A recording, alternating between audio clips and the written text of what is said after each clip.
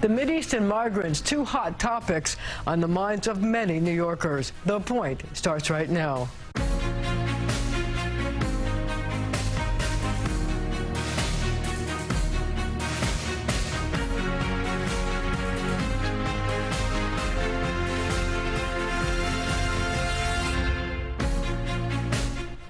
Queens Congressman Gregory Meeks is the ranking Democrat on the House Foreign Relations Committee.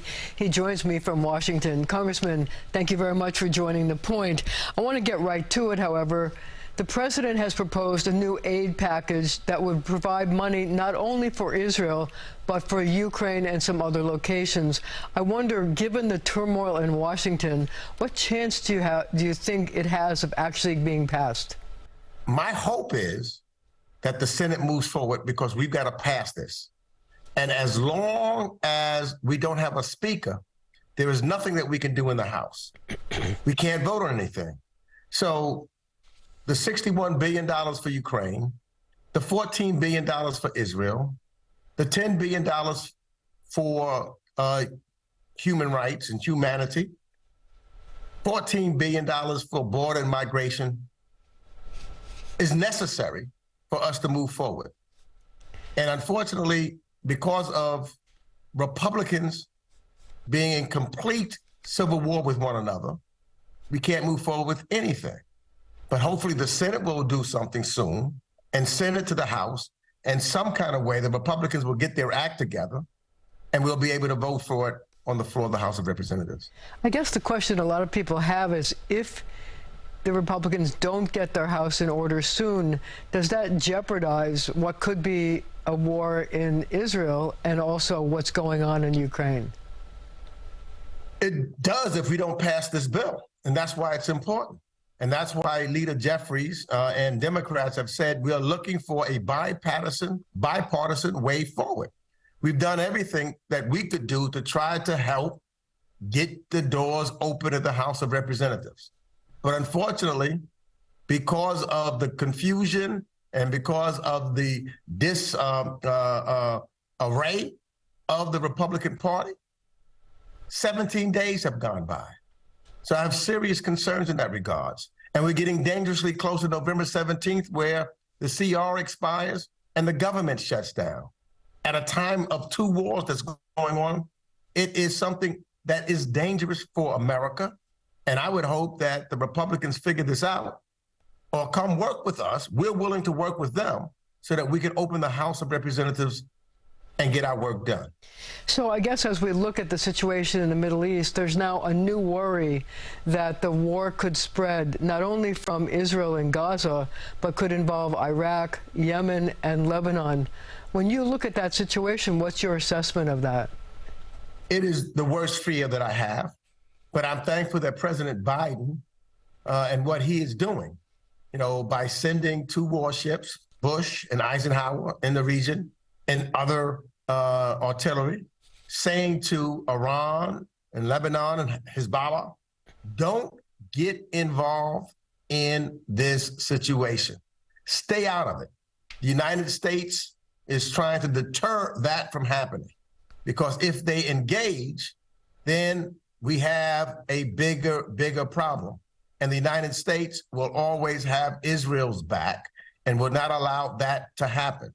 So my hope, and I know that the president is working very hard, and I think successfully thus far, in giving that message, and that's one of the reasons why he traveled to the Middle East, is giving that message to those people, particularly Hezbollah and Iran. Do not engage in this war. But yet, already the American government has gotten involved. On Thursday, I believe, an American warship in the Red Sea had to fire to take out some missiles that were fired from Yemen and also some drones. Is that problematic? Is that troubling? Is that an indication that there could be more attacks coming from that part of the world? Well, fortunately, it's small scale that was, and I think that the United States showed by doing that we're not just talking, that we will act. And so therefore there again is a deterrent initiative there, that we're not going to stand idly by. We will act. and it's been small in comparison to, because we've always had some connecting with reference to shooting down various drones that have been shot at different American vessels. So that has happened before. But I think that it is something that I am tremendously concerned about. And we all should be tremendously concerned about, because if the inflames into a bigger war, it is dangerous for all Americans. And that's why President Biden made the statement that he made last night. So the other question I have is this. We all know now that the Israeli cabinet has told the troops that are amassed on the border of Gaza that they could be ready to see the inside of Gaza at any time. But my question to you is this: can Israel start its ground war before they make an attempt to get some of the hostages back? I think that's part of what Israel wants to do, is to get the hostages back. Intelligence says that the hostages are alive. And so they're preparing as well to make an incursion to get the hostages back. And to make sure then ultimately, that the infrastructure of Hamas is destroyed. So it's a careful mission that will take place, and signs show that it might start sometime relatively soon. But part of the goal is to bring the hostages home. Do you think that the American commandos that have been sent to the area will participate in the hostage retrieval, or are we going to let the Israelis do it alone? I think the Israelis are going to do it alone, but along with whatever intelligence that we can help and provide. And that's what we're doing. We've stepped up the intelligence sharing in that regard. And so whatever intelligence we have as to maybe where the location is of the hostages, we will share that with them so that they have all of the information that they need, as well as all of the equipment that they need. But, also there are about 30 American hostages that are also in Gaza now. Are there any special negotiations or efforts to get them out of the area? Yeah, well, of course, we are very concerned about the American hostages and want them returned. And that's why we will be working in lockstep with the Israeli military forces and sharing intelligence and working with others that may be helping to provide that information to get our American hostages out and home, as well as the Israeli hostages out and home. Congressman, the Israelis have vowed to decimate Hamas, but I know that there are Hamas leaders in Lebanon, in Qatar, and other places. So in trying to decimate Hamas, will the Israelis at some point have to launch assassination missions or other things in order to take out the high command of Hamas, which is not located in Gaza? So for me, Hamas is similar to ISIS. It's a similar organization. It's a terrorist organization. And what we had to do with ISIS was hunt the leadership down. And anyone that was involved with reference to this horrific and horrible attack on Israel, they have to be held accountable for it. They can't escape. And we've got to make sure that we go after them. So you got to remember that Hamas is here for one reason: to destroy Israel. That's their whole thing. They don't want peace, and I think that what they saw was peace starting to happen in Israel with the Abraham Accords. They saw that there were other Arab countries for the first time saying Israel has the right to exist. And then the negotiations that were starting to happen with Saudi Arabia, where they would say Israel has the right to exist. Once that happens, Hamas is done. Hamas is there because they want to destroy Israel and wipe it off the face of the map. That is not going to happen.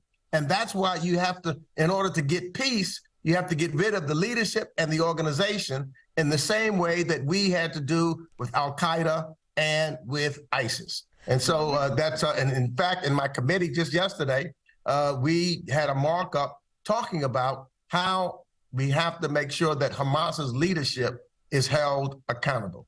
I mean, the reason I asked that question was because the leader who called for the Day of Rage last week was based in Qatar.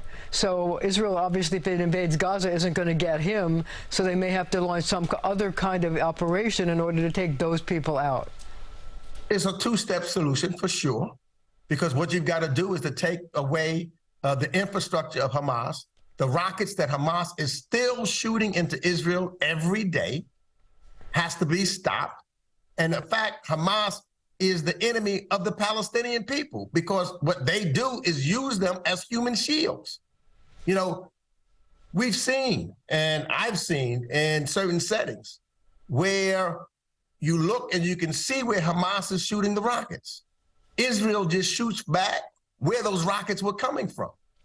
And what happens? You find that many of those places where they're shooting the rockets into Israel, they're schools or residential places, and there's people there. And then they are looking to win a publicity campaign to try to say that these are the Israeli targets. These are not the Israeli targets. These are the individuals that you are putting in place to utilize and try to hide the weapons and the infrastructure that you're utilizing to shoot into Israel. And so they've got to wipe out that network so that you could try to then begin to live in peace.